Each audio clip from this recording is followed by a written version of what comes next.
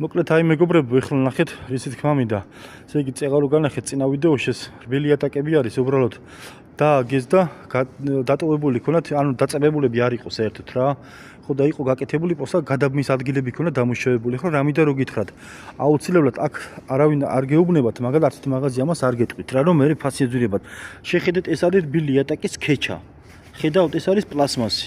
აუცილებლად ამის პირდაპირ სტიაშკაზე დაწებება რომ იცოდეთ შეიძლება უბრალოდ რეკომენდირებული არ არის და ტექნიკური თვალსაზრისით არ არის სწორი, რადგანაც ეს ბეტონზე ფუჭდება და იხევა, იშლება მერე ფორმატი, როცა დიდი გამოვლობა აქვს მოკლედ იმ იატაკს.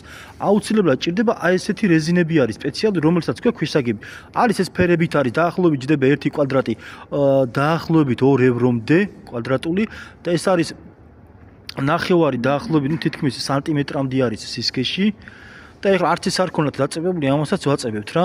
ამაზე როცა ამ ხალიჩას ვდებთ, შემდეგ ხო უკვე რაც უნდა ზემოდან რამდენიც არ უნდა იარონ, ამას უკვე იცავს ხალიჩას და ამის უკვე პრობლემა არ არის.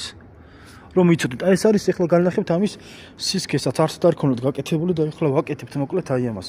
აი ეს არის რბილი ატაკის ქვეშ როგორც ლამინაცია აქვს, ისეთი აი ესეთივე ანალოგიური, აქ მოკლედ ამასაც და ეხლა იმუშავებით ამას არაფერი დაწებებული აქ არ იყო, პოსტა ილაგა ყველაფერი დალაგებული იყო და დატოვებული იყო რა.